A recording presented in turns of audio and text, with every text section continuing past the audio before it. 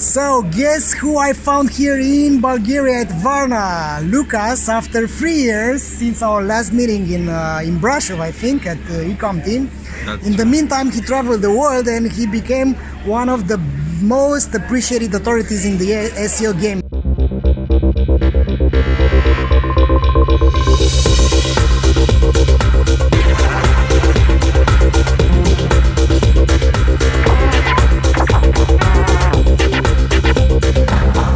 There is a story behind. I was a musician and I wanted to play drum and bass.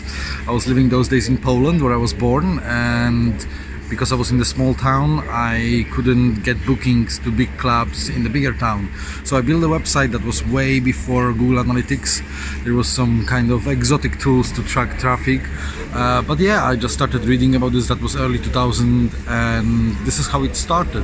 Then my website started appearing on the keywords that I wanted to rank for. I started generating traffic, and then the booking came, and I was thinking like, well, this is a cool game, so let me keep music on the side, and that will be my hobby, and SEO will be my job.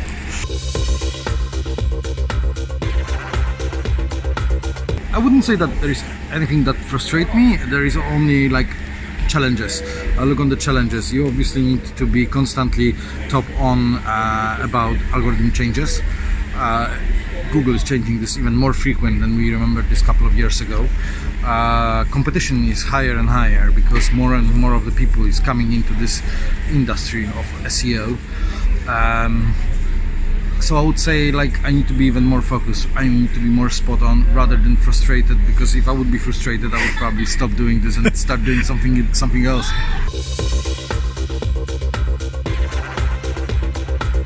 I would like to give your audience a couple of things that they can really take home and they can implement. First of all, Keyword Hero. That's an amazing piece of software that can marry data from Search Console and Google Analytics together, so you can start tracking your conversions through e-commerce and you can know what keywords really are delivering this growth. The second thing I will be talking this today about is a gap analysis.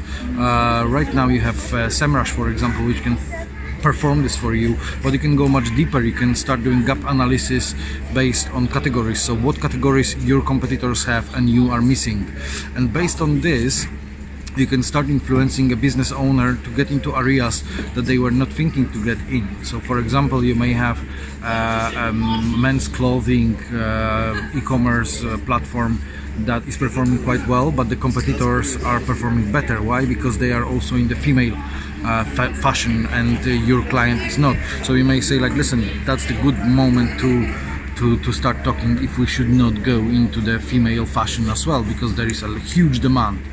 And I have another client which is in the gaming industry. So the demand around games should define what is your content strategy, not a content strategy first and then trying to rank, trying to get traffic. Rather, you need to reverse that process. So I would say these two things, keyword magic, keyword hero, and gap analysis, that is something that I would recommend to go with. For last year I was working on my own as a consultant, and this is super exciting. I just left my full-time job where I was working for 6 years as an SEO director. Right now I'm an SEO consultant, predominantly working from home. What excites me the most it is that I can work pretty much from every place around the world. I'm going in December for 2 months to India, where part of my family is from, and I will be there working. I will be there enjoying the weather, and yeah, this is probably the most beautiful part of the industry we are operating, that you can be independent from the area that you are working from.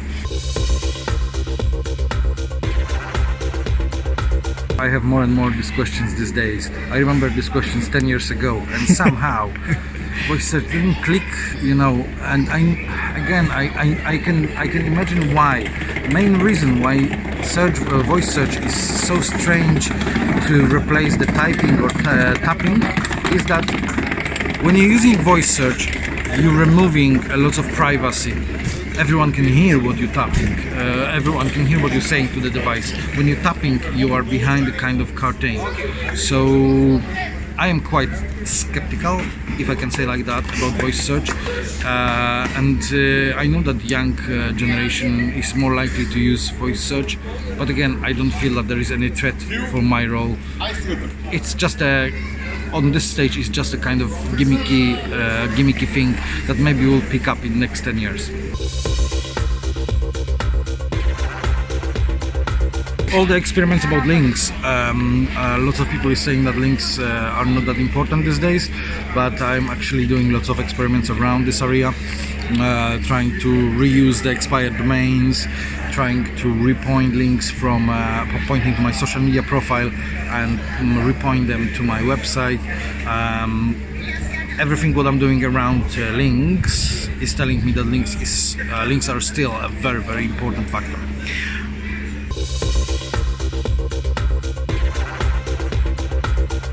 Absolutely yes.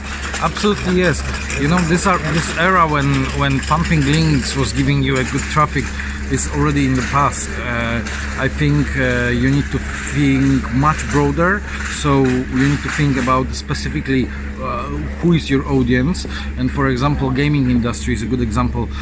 When you are offering games to play on Android, so you probably will not be ranking on generic terms, which are the game titles, and this is nothing wrong that you are not ranking there. You, me, we know this, that why it's like that.